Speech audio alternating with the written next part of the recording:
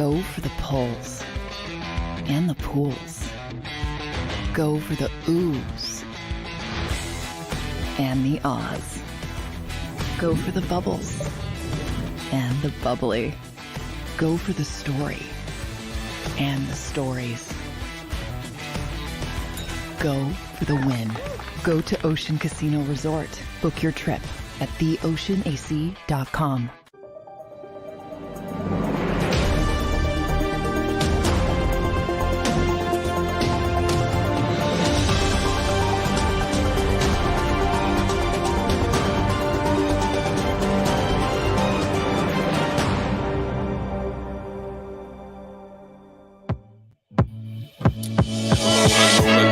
How are we feeling, beautiful people? This is JAKIB Sports Football 24/7 with John McMullen. I'm your guy, Tony DeShields II. Wow, we appreciate all the love and support that you guys always provide. Make sure you smash that like button. Make sure you guys are subscribed to the channel. So much to get into.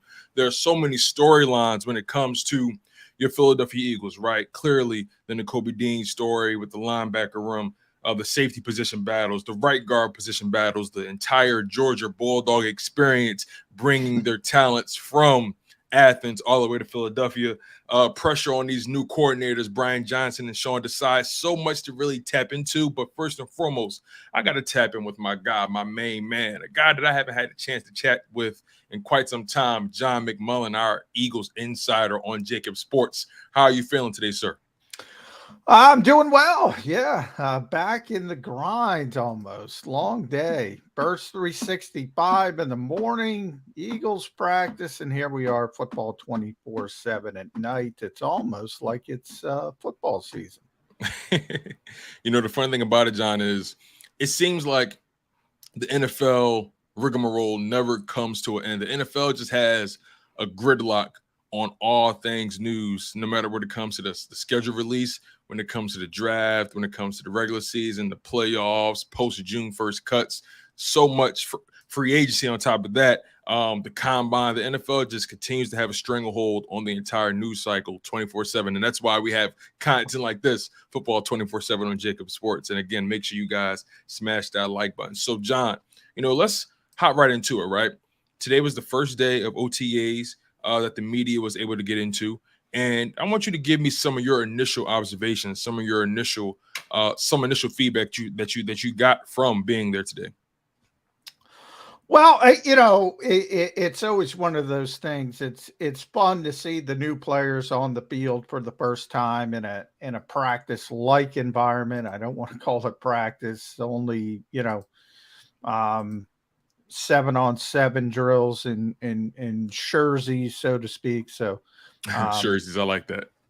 There's no obviously contact or anything like that. There's no offensive, defensive line. So hard to get a beat on the physicality positions, I like to call them.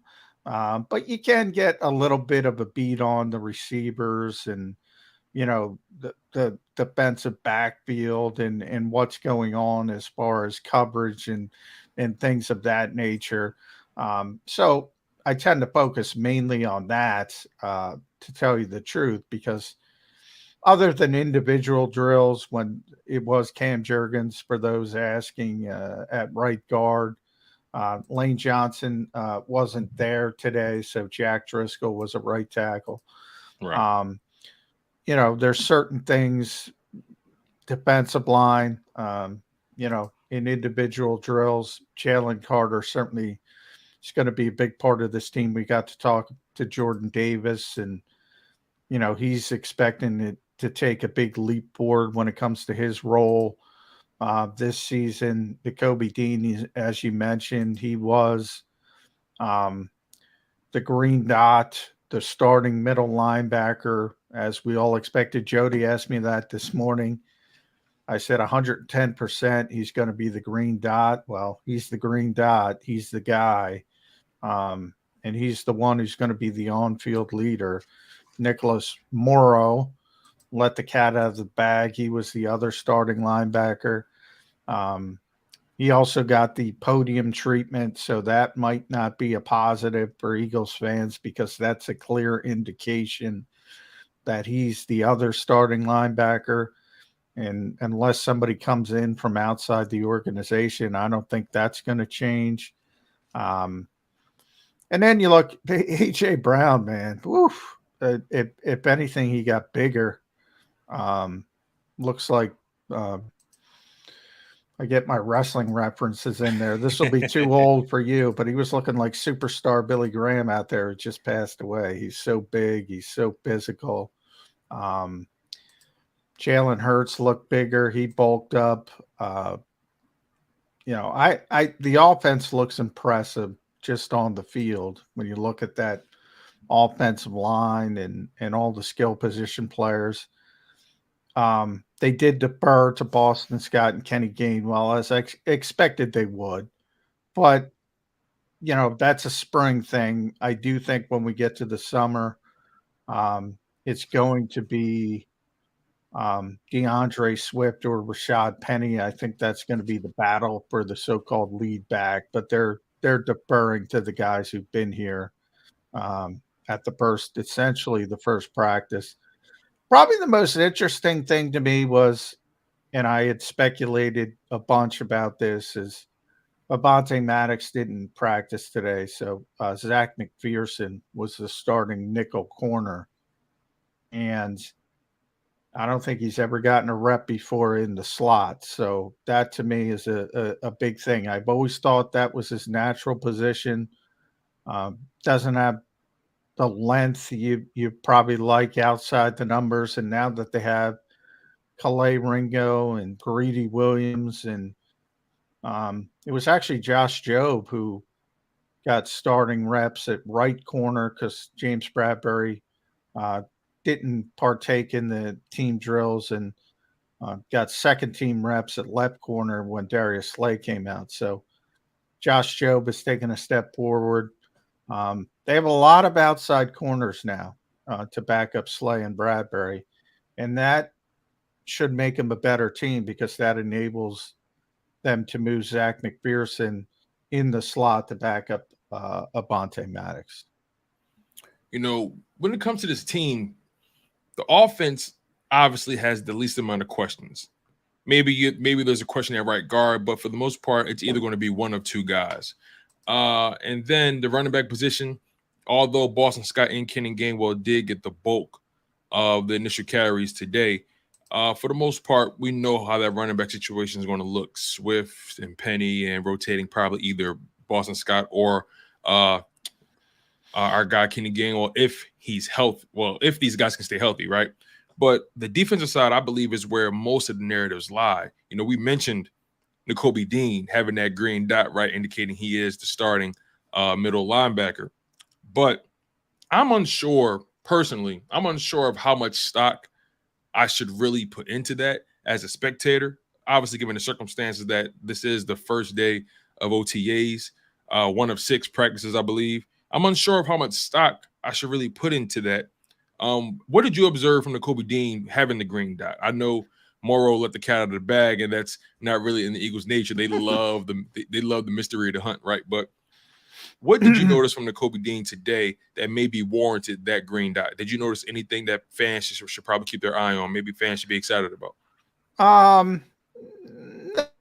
Not necessarily on the field. No splash plays or anything of that nature. Christian Ellis, who's the backup middle linebacker, made the biggest play on defense. He really did a nice job in zone coverage and undercut Tyree Jackson. Marcus Mariota either didn't see him or just left the ball a little bit short, and Ellis was able to intercept it. That's a positive because that's a guy who you want to see us take a step forward from being a special teams guy into being a legitimate third linebacker. So I think that's positive. From Nakobe's standpoint, yeah, it's a big deal. I mean, that means you're not going to leave the field pretty much. You're going to be on the field. TJ Edwards was on the field about 93% of the time.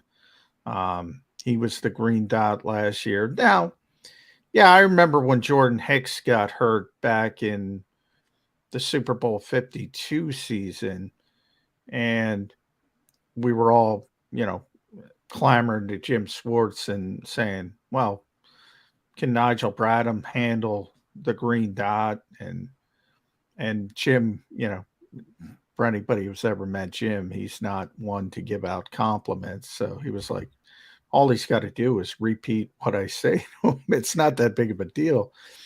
And from that perspective, yeah, it's not that big of a deal. It's more of sort of like putting a C on somebody's sweater in hockey or something like that.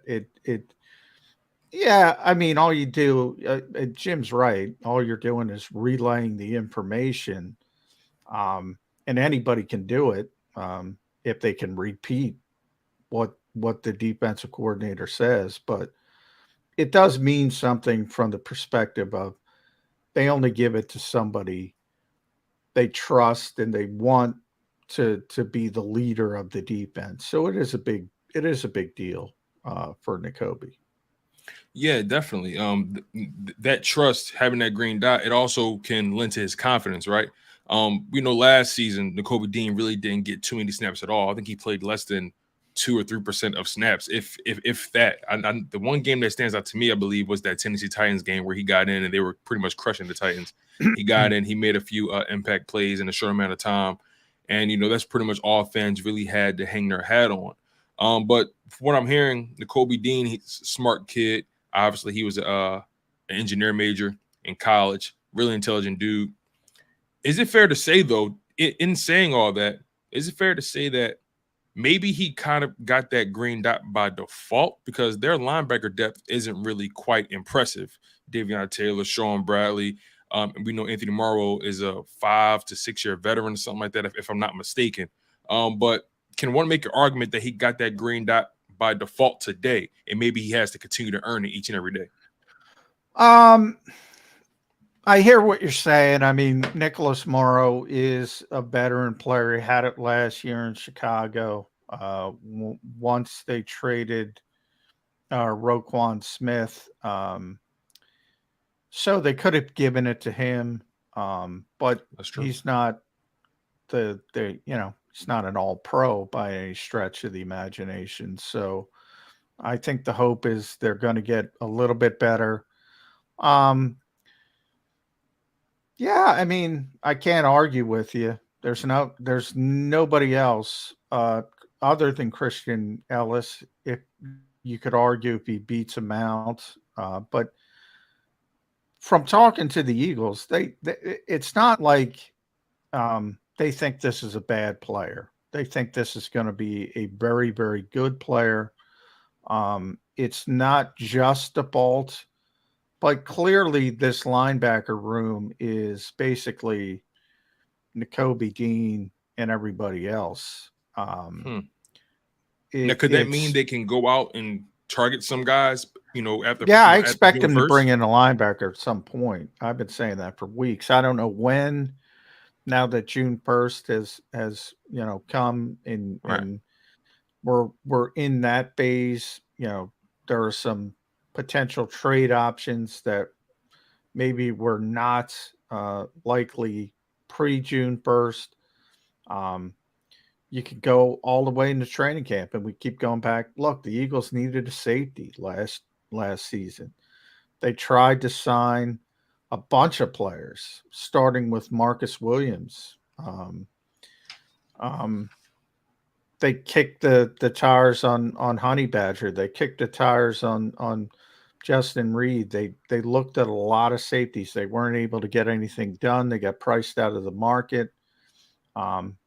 Tyron didn't want to play here. Wanted to go home. A lot of things didn't go their way, and all of a sudden it's August 30th, and it looks like it's going to be Marcus Epps and Anthony Harris, and then they make the trade for C.J. Gardner-Johnson. So same thing could happen at linebacker this year. But right now it's going to be Nakobe Dean and Nicholas Morrow. And clearly to me, and he started today, and just real quick bookkeeping purposes, Tuesday was the first OTA practice. Understood. This was the second one, but the first one open to the media. They're going to practice again tomorrow, closed. They have 3 more next week. And we'll be able to see one of them most likely on Thursday. And then they're done June 8th until training camp. But yeah, it's Nicholas Morrow, Nakobe Dean, and if anybody's going to push anybody, it's Christian Ellis, and it would probably he'd be pushing Nicholas Morrow, not Nakobe Dean. Before we transition away from the linebackers, is there any linebacker that's a free agent or a potential trade target that you believe the Eagles should target? You know, they probably have their own flavor, but you've been covering this team for quite some time, and I would like to think you have a good handle on what this team prefers at that position. We all know they like to go cheap there, but again, from a talent perspective and from a traits and characteristics perspective, what guys do you potentially see the Philadelphia Eagles targeting in free agency and or trades? Well, Jody has brought up Patrick Queen a lot. I don't even know if Baltimore wants to trade him. They just because they drafted a linebacker in the 3rd round doesn't mean they want to start a 3rd round pick. I mean, that's not a guarantee. I mean, we're talking about Sidney Brown. We can talk about Sidney Brown. Another guy, the starting safeties were Reed Blankenship and Terrell Edmonds. And the second team was Kayvon Wallace and Justin Evans. So they're starting out Sidney Brown very slowly as well. I think the hope is that he'll garner some playing time pretty quickly. So, there's a lot of players that could come in and help and be better. Morrow's interesting to me from the perspective of typically, and I say this all the time, contracts tell you a lot, and they didn't give him one red penny of guaranteed money, which basically means, guess what? If he has a bad summer, you just cut him, move on, go to the next guy. It doesn't hurt you at all. On the other hand, they seem to like him. It's very early in the process. But again, him getting the podium treatment today was notable. They don't put people on the podium that they think are going to be gone next week. That's not how they do business. So it's kind of conflicting signals. But look, Howie will try to get better if he can get better. To use Queen, they're not giving up a day 2 pick for Patrick Queen for 1 year. They're not going to pay the position. We know that. They just had a really good linebacker who they wouldn't pay. Let him go for $6 million. They're not going to take a linebacker from outside the organization, fall in love with him, and pay him $13 million a year, which is what Patrick Queen would want if he has a good season, well over $10 million at least. They're not doing that. So they're not giving up a day 2 pick for a player that's only going to be here for 1 season. And on top of that, again, I don't even know if Baltimore wants to trade him. They think they're a Super Bowl contender. So they might let him play out his contract and say, well, if he does play well and he signs a big money deal, we get potentially the compensatory pick, depending on what they do in free agency. So I don't think he's the fit, but there's plenty of lesser names and plenty of guys that we're not even thinking about that maybe are backups in other places that would be better as a potential number 2 linebacker here. So I still think they're going to look at that position. It's funny, you mentioned how the Eagles don't usually put guys on that podium that they aren't necessarily high on, right? Another guy they had on that podium was Reed Blankenship. And Reed Blankenship had a very interesting season, a very interesting rookie season last year. He was undrafted. And one of his most notable plays was that interception that he got on Aaron Rodgers, which wasn't really, which in my opinion, wasn't fluky at all. He read the play and he made the jump on it, right? But Reed Blankenship, he was on that podium, and he looked like he bulked up a little bit. And on top of that, he spoke on how in his rookie season he leaned heavily on guys like C.J. Gardner-Johnson, and especially leaned on Marcus Epps, to kind of give him some jewels when it came to, acclimating himself to the NFL, and also, just learning the playbook, and just pretty much any kind of game that he can kind of squeeze off of him, right?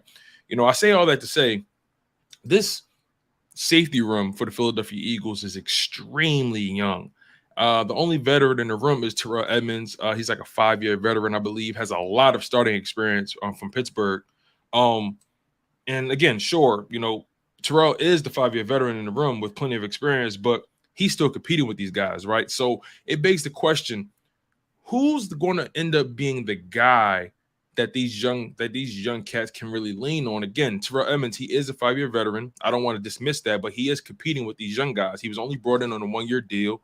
I'm not sure what his guarantees are, but this safety room is extremely young and extremely raw, and there's not too much invested in that room as a whole. I'm curious to know, what were your observations from that room today at OTAs, and also what's your outlook on the safety room as well?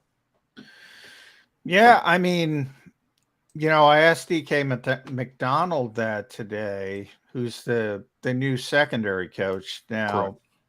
He's not a new assistant. He was Denard Wilson's assistant as secondary coach, so he just got bumped up. And I asked him because Reed really spoke highly of Marcus Epps, as you mentioned, as being, and he was sort of the leader in the defensive backfield when it came to communication. I always say the Eagles, of all the teams who use the Vic Fangio scheme or the philosophy, the Eagles, right up until the second half of the Super Bowl, the Eagles were the best at it because they communicated the best at it. And one of the big reasons why was Marcus Epps. And that to me is one of those underreported things. Like, Marcus is not a great player. Not trying to say that. CJ was the splashy player, getting all the interceptions. But the guy who got everybody lined up correctly, and the guy who got everybody in the right positions for most of the season, the Eagles, and again, nobody's perfect, but the Eagles had far less blown coverages than most teams that play this particular defensive style. And people saw how ugly it could get in the Super Bowl when it breaks down and you're not communicating correctly. It looks pretty ugly. So he's gone. And, Reed Blankenship, it's interesting. Of all the rookies, Jordan Davis, Nakobe Dean, Cam Jurgens, Jordan, the first-round pick, Cam, the second-round pick, Nakobe, the third-round pick. The rookie who played the most for the Eagles last season was Reed Blankenship. And he played well, but it's still a small sample size. I'm not sure you default to him and say, similar to what you're saying about Nakobe Dean, and saying, all right, he's got to be the guy who gets everybody lined up correctly. Absolutely. And they got to earn it, right? Yeah. Is that going to be Terrell Edmonds? It hasn't been his role in the past. That was Minka Fitzpatrick in Pittsburgh. Justin Evans, don't even know if he's going to make the team. He's a veteran player. And then you start talking about Kayvon Wallace, who I think is not going to be in the conversation. I think we've seen enough, but he'll get one last opportunity. And then you have Sidney Brown. And look, Howie said years ago, hope is not a strategy. And this goes for every third-round pick. There's going to be third-round picks who turn into really good players in the NFL from this year's draft. to assume a third round pick is going to just step in and play at a high level, that's hope.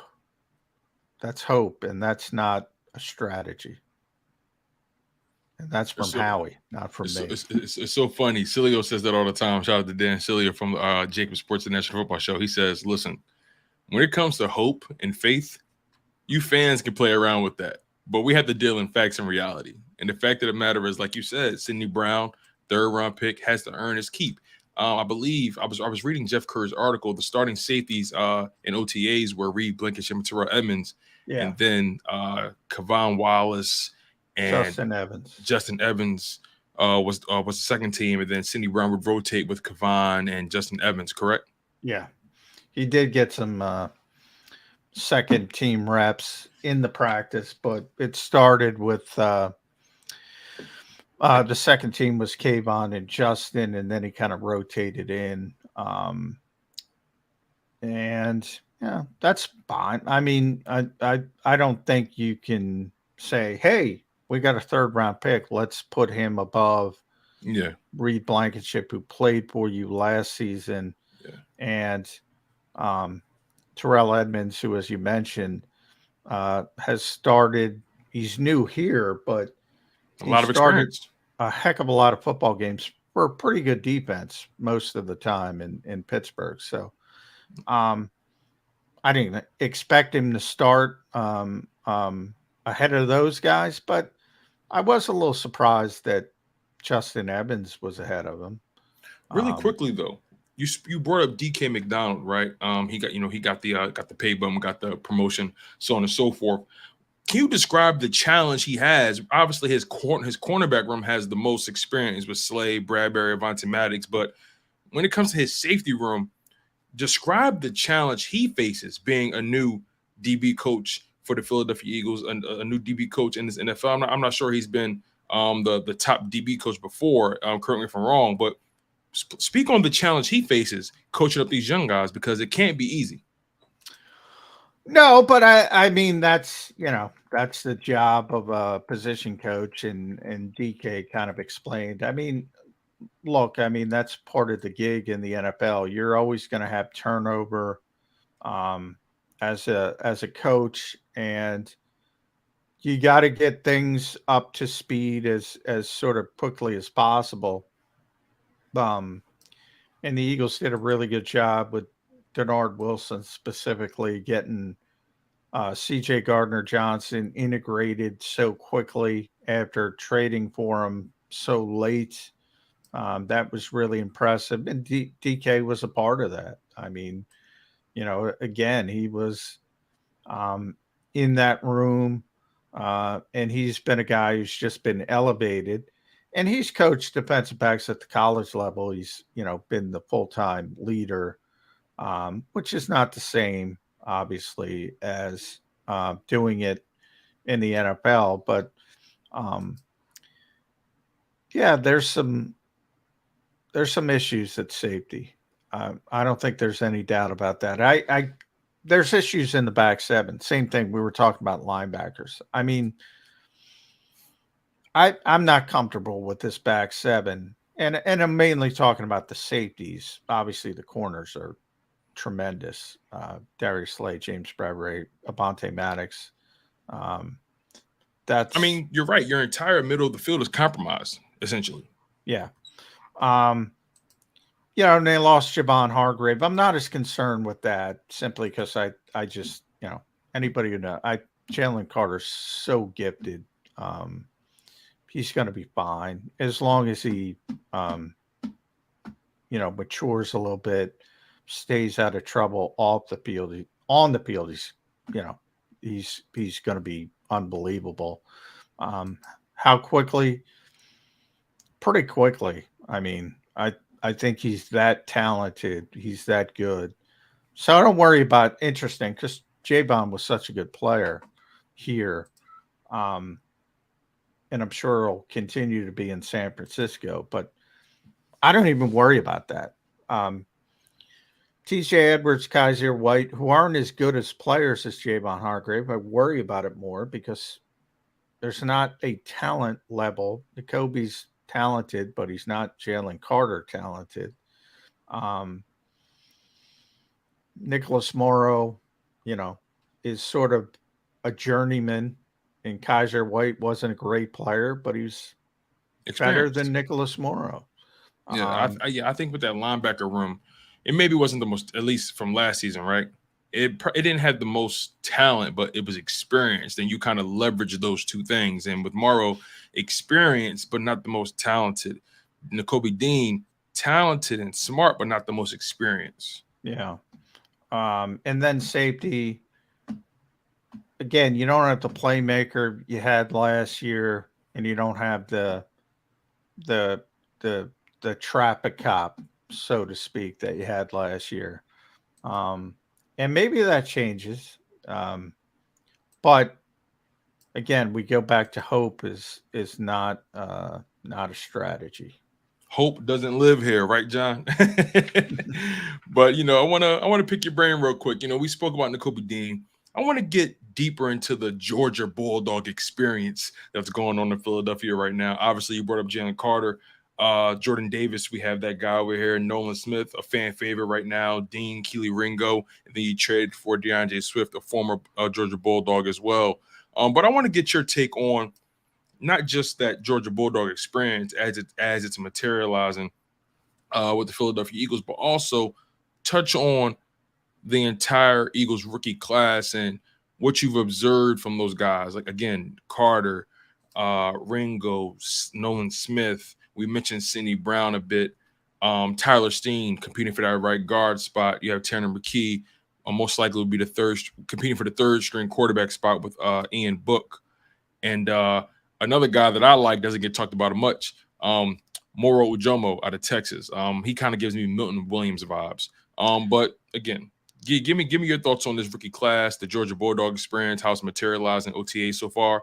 Just give me your overall synopsis. Well, a lot of people, this happens every year in the NFL. A lot of people get really excited. Look at last year's draft. I mean, Jordan Davis didn't play a lot. Was getting better. Then he got hurt. Then he didn't play a lot because the Eagles brought in Ndamukong Suh and Linval, more so Linval Joseph in his case. Didn't play a lot. Nakobe Dean played 34 snaps or whatever.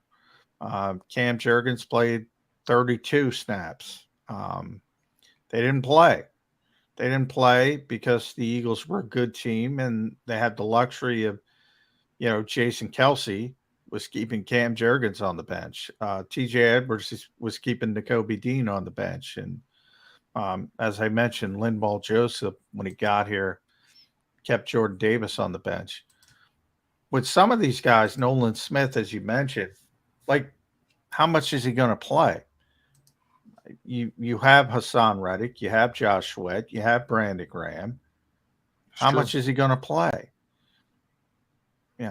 That's not to say he's not going to be a good player, but they have the luxury of sort of waiting with Nolan Smith.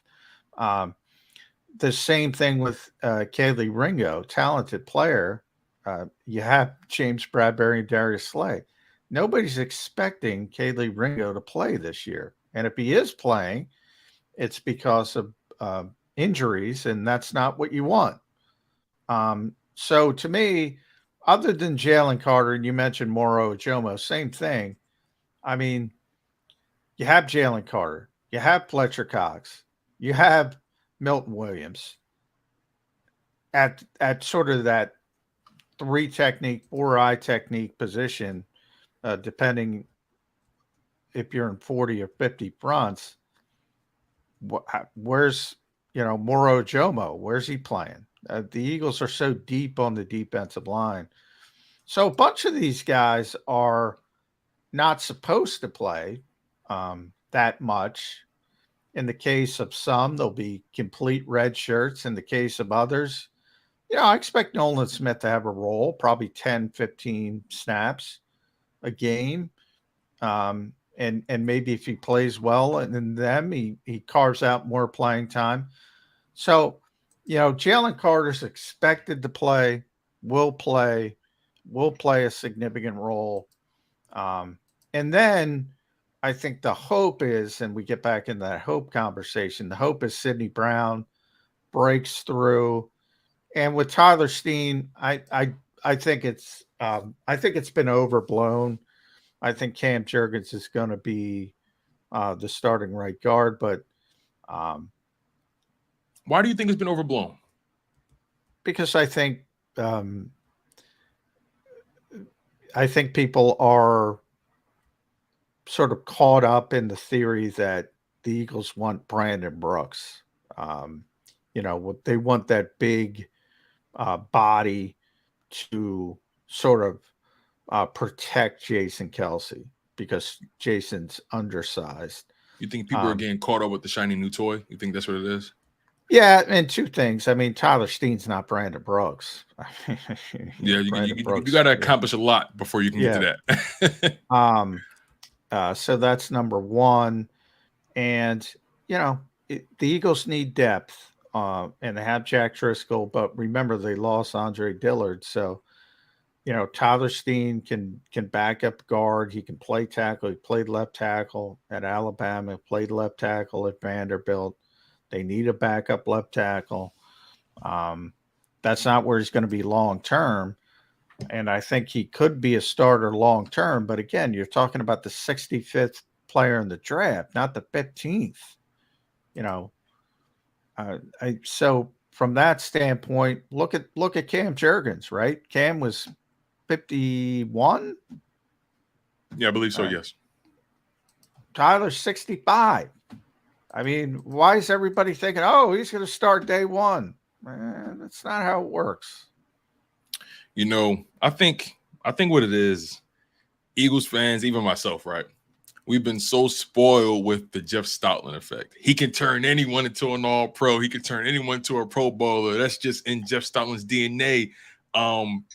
Guilty by proximity. If you're next to Jason Kelce and Lane Johnson, Mailata, all those boys, if you can turn Mailata into a pro bowler, he can turn anybody into a pro bowler. If you can dodge a wrench, you can dodge a ball. They think Jeff Stoutland can do pretty much anything on his planet when it comes to any talent, no matter how bottom of the barrel it may be. Wow. None of by no means are, any of these guys bottom of the barrel. But in the case, I think people forget, Jordan Mailata was a 3-year project. That's Isaac true. Sam, Didn't he go to IMG Academy? I believe, and he worked with.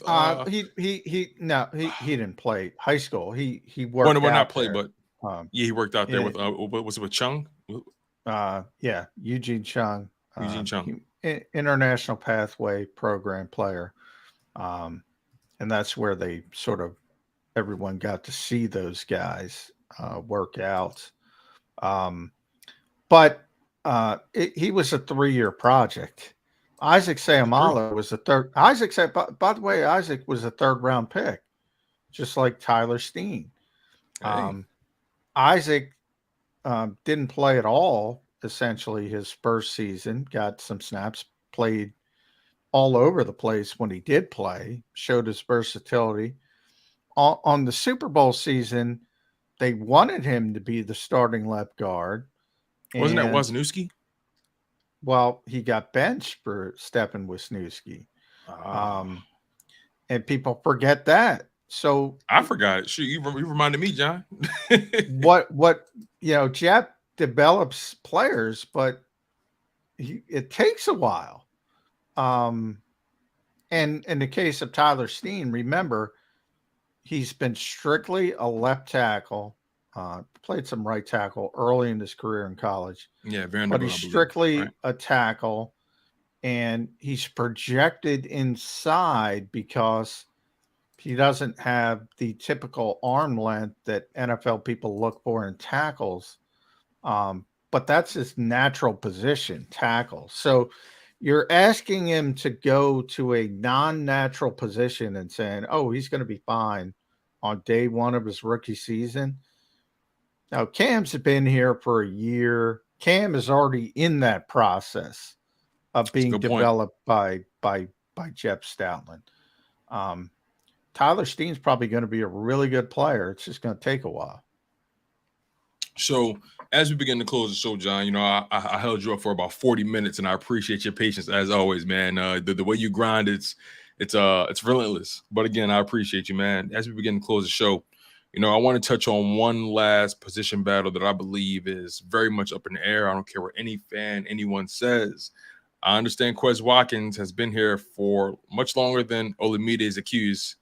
But I believe that slot wide receiver position is completely up for grabs, and Quez Watkins still has to earn not just equity with his team, because he has dropped some key balls in some key situations. But I think he needs to prove it to himself that he can still play this game at a high level. Granted, he's very young, but I've personally seen some things from Quez Watkins that I didn't really like last season, as far as rounding off routes and kind of giving him on the ball if he felt like it was out of reach, allowing himself to get muscled out of position by DBs. I'm curious to know what's your overall thoughts on that slot receiver position battle, if there is one. I think it's a labeling thing, and I don't think it's that. When you say labeling thing, what do you mean? Are you talking about the labeling of the slot receiver? Yeah, labeling of where guys play. Like the Okay. Eagles use so many, like Devontae lines up in the slot, AJ lines up in the slot. That's true. Not as much, obviously. Does number Quez, 3 receivers, does that sit better with you? Well, the only reason I say that, because I think, people say, oh, Quez is in there, he lines up in the slot. I think he had about 730 snaps last year, about 500 something were in the slot. So he definitely lined up there more than anywhere else. But the Eagles kind of move, because AJ and Devontae can play anywhere. So they can do a lot of different things and move those guys around where they want to take advantage of certain matchups. The reason I bring that up is a labeling problem, because I think that wide receiver 3 notation is, oh, he's going to be the slot receiver. I think the Eagles might go about it different this year. And it might be Olamide Zaccheaus, who's more of a natural slot receiver, playing when they need a slot receiver, and Quez playing when they need another outside receiver. I think it might fall into place with guys playing more natural positions, because not everybody's like AJ and Devontae and can move around and do different things. So that third receiver position is more so going to be a utility position, kind of like last season with Zach Pascal and Quez. They kind of rotated depending on the formation. Yeah, and I think even Dan Arnold might be in that equation as the second tight end. He's really a glorified. So people are saying, like, how do you replace Zach Pascal? Maybe you replace Zach Pascal with Dan Arnold as sort of a blocker, flex receiver. But, the labeling part is he's a tight end. He's a wide receiver. Well, yeah, but, if a flex tight end is playing in the slot 90% of the time, what is he? Just because you call him a tight end doesn't mean that's his role on the field. So that's what I mean by the label. Like, I think people get caught up in labels. The most obvious, which drives me crazy, Tone, is edge rushers. Yeah, I know. Yeah, Sean Reddick. Sean Reddick's a linebacker. Well, because you label him a linebacker, but all he does is rush the passer, and that's all he should do. And that's why people are saying, is Nolan Smith, maybe you can move Nolan Smith to off-ball linebacker, and he'd be an upgrade over Nicholas Morrow. No, he wouldn't. And Nicholas is a much better player. He's a much better player as an edge rusher, not playing out of position at a position he doesn't know how to play. Then the guy who knows how to play the position becomes the better player. So labeling is an issue with the NFL, and yeah, it drives me crazy. But Quez probably shouldn't play in the slot as much as he did last season. And the Eagles have a guy who can play in the slot, so maybe it works out. Yeah, that's a good point. John, again, as we begin to close the show, I got to give you your flowers once again. I love how open you are to the direction the NFL is going. You've been covering this game. You've been covering sports for quite a long time, and you've earned your stake in this game. And you've seen the NFL, you've seen the game evolve over the years. And there are some guys who tend to stay stuck in their ways because they love the way the game was played at one point.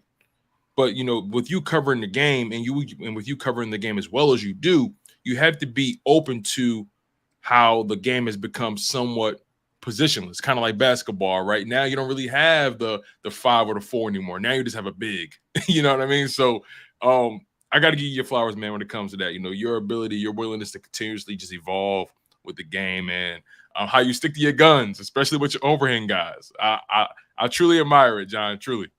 Well, they are overhang guys. That's why, you know, we just got a comment. I also hate when you say 3. I also love when you check guys on the whole 3-4 thing. That's funny. Well, the 3-4, the 4-3. We're saying, the Eagles don't play 3 linebackers ever.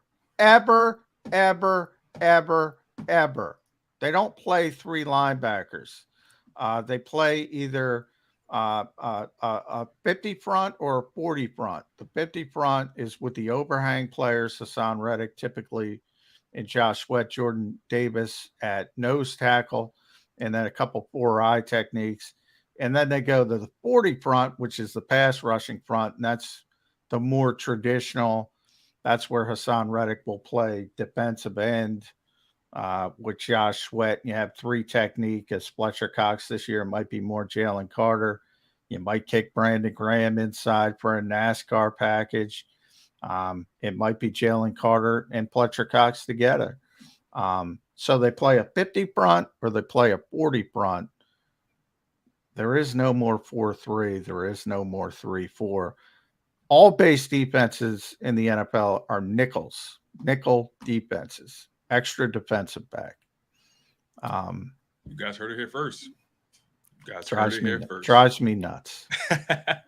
On that note, you guys, make sure you smash that like button. We really appreciate you guys for locking in. As always, on Football 24/7 with John McMullen. I'm your guy, Tony DeShields II. Once again, smash that like button. Make sure you guys are subscribed to the JAKIB Sports YouTube channel. And also, if you guys want more content from John McMullen, if you guys love John McMullen's writing, and if you're avid readers, if you love to get deep into the minutia, make sure you guys lock in on JAKIBsports.com. That's JAKIB Sports.com. There you'll find articles by our guy, John McMullen, and in-season guys like Paul Domowich and Joe Santoliquito. You guys take care. Smash that like button. Again, this has been Football 24/7 with John McMullen, and I'm your guy, Tony DeShields II. One love, stay humble, stay healthy, and most importantly, stay hungry.